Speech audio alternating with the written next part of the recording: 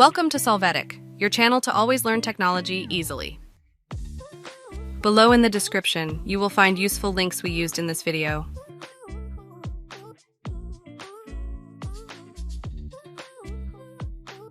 Today in Solvetic, we will see how to Outlook link open in Chrome Windows 11. To start, open Outlook. When you click on a link, you can see that it opens in Edge.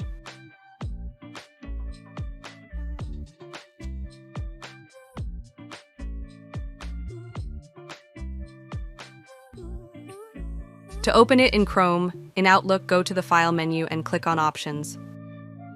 After this, you will go to the Advanced section. Here, in Open Hyperlinks from Outlook in, you will choose Default Browser. Click OK. Now when you click on the link, it will open in Chrome. Remember that Chrome must be the default browser on Windows. Hey, remember to subscribe Solvetic channel.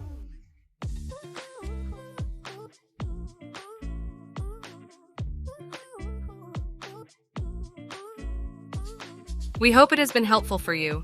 Here are links to watch more videos of your interest and subscribe to the Solvetic channel. Thank you.